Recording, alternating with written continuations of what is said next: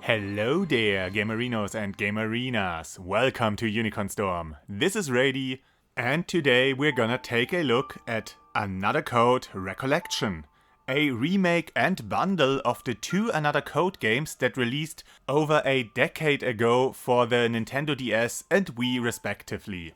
Casual adventure games that utilized the gimmick of their respective platform for puzzles and challenges and told a rather somber story. And the story really takes center stage. Well, that's not completely true. The games offer a good amount of both exploration and puzzle solving, but compared to popular Western adventure games, the gameplay is often interrupted with conversations and other moments to tell the story. There is a greater divide between plot progression and gameplay than in, for example, Monkey Island, which is kind of the Japanese approach to video games. A strong focus on storytelling, lots of reading and conversations. This philosophy distinguished early Japanese console role-playing games from their Western counterparts and evolved into a full-fledged subgenre and is nowadays one of the most prominent styles of RPGs.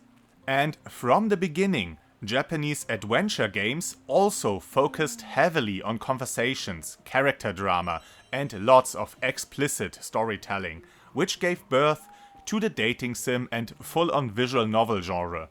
But these design principles are deeply rooted in all of Japan's game development. You'll find these concepts and mechanics in many, if not most, Japanese games.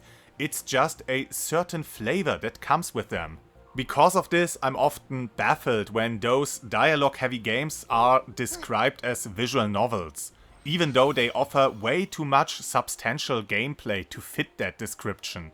The Ace Attorney games come to mind, even though the brunt of the game consists of adventure gameplay in form of either pixel hunting during the investigation or the presenting of clues and evidence akin to detective adventures, just with lots and lots of lines of dialogue in between.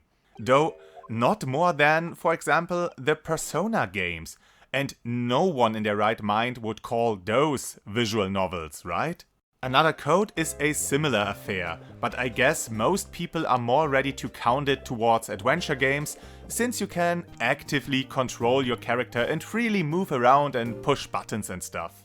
There's still a good amount of reading in between exploring different parts of the game world and solving puzzles or completing little challenges and activities. These games tell a mystery story about a young girl named Ashley who tries to locate her parents, whom she thought dead for most of her life. She has close to no recollection of either of them, and there are a few conspiracies going on, so the story is full of twists and reveals.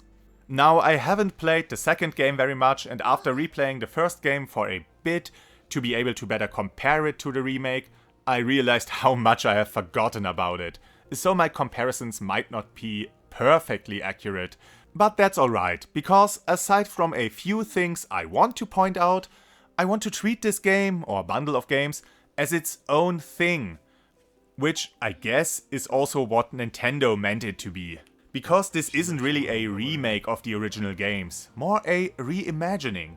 It tells the same story and broadly uses the same locations, participants and set pieces, but it also replaced a lot of things, swapped scenes around or let them play out just ever so slightly differently.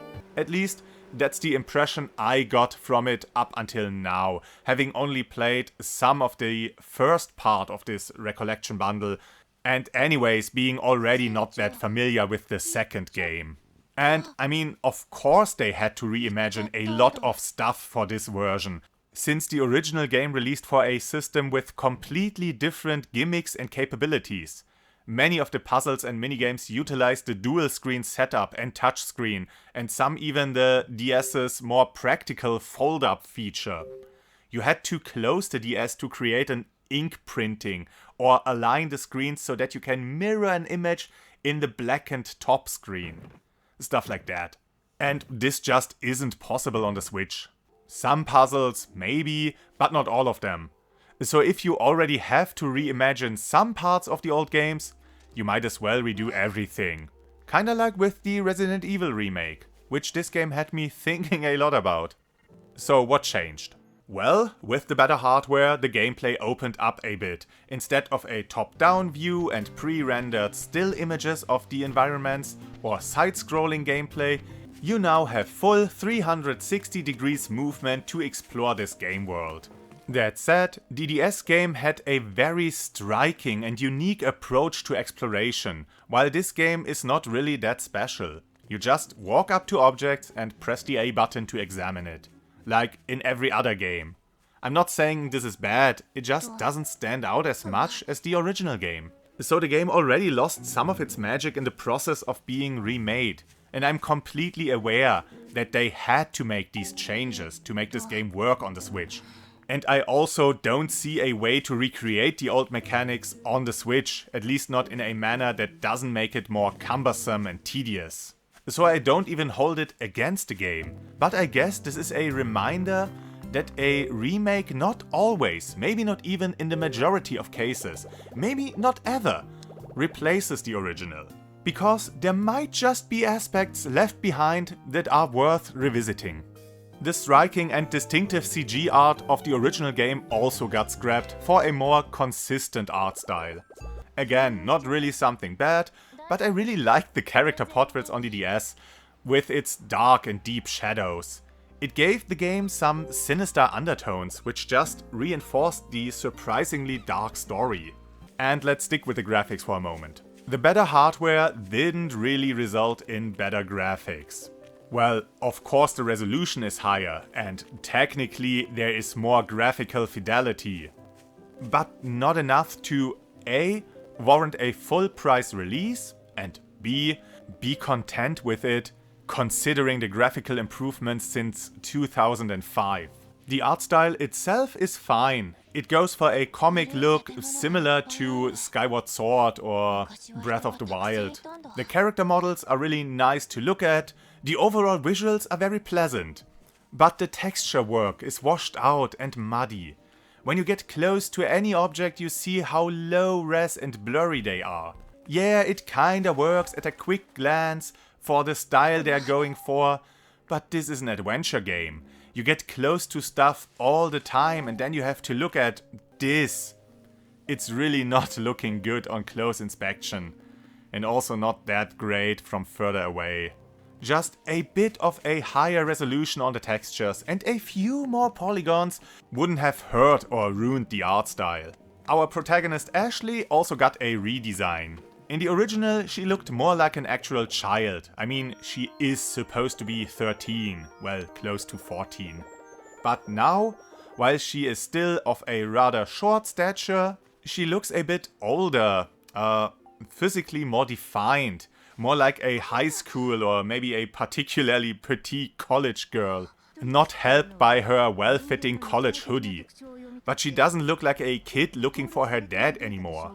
I mean, they even gave her some form-fitting jeans. Not sure if we need that for our 14-year-old protagonist. It's not the biggest issue, but again, something in which I prefer the original game.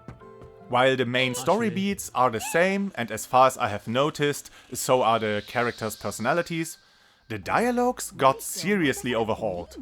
Maybe it's easier nowadays to translate video games than in 2005, certainly easier than in the early years of gaming, or maybe the writing on a whole got improved, but now the dialogues flow a bit better and come off more natural. They also became more cheesy, not that there wasn't a bit of cheese in the original. And during cutscenes, the dialogue boxes are accompanied by some pretty decent voice acting, at least when it comes to the Japanese voices. Can't comment on the other languages because I really don't care. During gameplay sections, characters just grunt and gasp when they have something to say, which is fine by me because you interact with a lot of stuff and so read a lot of fluff. So I'm fine with not always having to listen to the characters rambling on about, honestly, rather unimportant things. And during dialogues, Ashley sometimes makes a mental note of certain clues or topics, which you can then select during a conversation to, let's call it, interrogate the NPCs. The few times you actually get some choices during dialogues. Most of the time you just observe the conversation. The story is told to you. This isn't a choose-your-own-adventure game or complex RPG. Now, this game is a slow burner. Don't expect a lot of action or high stakes. I guess the remake forgot this and starts the story in medias res, where a rock slide nearly crushes Ashley and Dee saves her at the last moment. And with that, the game even introduced Dee earlier than in the original game. In the original, we first see him when Ashley meets him in the cemetery, after having explored the island for a bit. So if you went into this game completely uninformed, you didn't even know that something supernatural was afoot. Not with this game anymore. I don't see the benefit of this change, especially since the game immediately tones down the action afterwards and is more in line with the original. There are some intense moments here and there, especially when you discover some of the more sinister plot elements, but mostly the game is rather calm. The atmosphere is more melancholic. I mean, you play as a teenage girl alone on an abandoned island, looking for her father, solving puzzles. Well, you're not completely alone. In the first game, Ashley got accompanied by the ghost of a boy who died 50 years ago on that island and tries to reclaim his memories. So we actually follow two stories simultaneously. By solving puzzles and making our way through the old mansion, we stumble from time to time upon little things to jog Dee's, that's the ghost, memory. And with him remembering more and more about his life on the island and in the mansion, he is able to guide Ashley further into it. It's a neat approach to present the story. Gameplay wise, it doesn't really make a difference. We still move from room to room, examine everything, solve every puzzle we find and progress further. But story wise, this gives it some extra complexity and uniqueness. The mansion where you spend most of your time is a fun playground. There's lots to discover, both in terms of flavor and world building, but also plot and of course the many puzzles that seem a bit more logic and observation based this time around and less focused on gimmicks. That said, I encountered one puzzle where I had to use motion controls. And I'm all for it. I want more of this. The original game utilized the whole system, and to me, this is a hallmark of Another Code, so I want the game to have creative uses of all the console's features. I don't think there will be, but I'd love for a puzzle to require me to put the Switch in the dock and take it back out and stuff like that. But yeah, that wouldn't work with the Switch Lite and would bring your session to a halt if you happen to play on the go. But yeah, give me more gimmicky minigames in Another Code. But also keep the logic puzzles. I like them. They are nothing special, it often comes down to finding the correct item and bring it to a certain place, classic, or notice a clue somewhere to solve a puzzle, but it's all you could want from an abandoned puzzle mansion. So I'm happy with what I got. Puzzle-wise, that is. There are some small issues with exploring and interacting. Button prompts getting cut off at the edge of the screen, so you don't know what your interaction actually does, and a finicky targeting system in which it's sometimes hard to interact with the one object you want to, and not the three other ones next to it. You can stand in front of something and center the camera on it, and the game still thinks you want to inspect the thing a few steps to the side. The camera is also a bit too close to our character's back for my liking.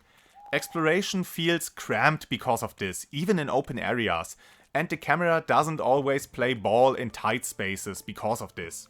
Come on, give me a bit more room. I want to look at the nice surroundings in my looking around game and not having everything obfuscated by my player character. Oh, and the game commits one of the more despicable sins of adventure game design. It sometimes doesn't let you progress with a puzzle or even attempt to solve it, even though you already found a solution before you interact with it an arbitrary amount of times. And things like this lead to tedious pixel hunting, wall humping, and generally a bad time. Don't do this in a game where you already have to click on everything. Don't force me to click on everything twice, or at least drop a hint that there's more to see. But yeah, I loved the original Another Code and was looking forward to this new take on it. And so far, with all the issues I mentioned, I'm having a good time. I like the reimagining of familiar places, I like the new puzzles so far. The story develops very slowly, so I can't really comment too much on it so far, but for the most part it stuck close enough to the original, so I'm in good spirits about it. I just enjoy the little tidbits of story, these small scenes that slowly uncover the mystery, told in a way that doesn't make it come off as forced or unnatural. A fun little adventure game that doesn't demand too much of the player. It won't replace the original for me, but as I stated in a previous video, I don't think any remake does. But for anyone not familiar with Another Code, it's surely a good entry into the franchise. Certainly a good way to bring the series back and into the hands of a new generation of gamers. And maybe even a good sign of things to come. Maybe another chapter of this is in the works? Or maybe the other DS adventure games will get a similar treatment? Last year we got the remake, or enhanced port, or whatever you'd call it, of Ghost Trick. Now Another Code. Maybe Hotel Dusk is next? I wouldn't mind. But yeah, with that, I wish you an excellent day. This has been Rady, and I hope to see you again on the next game.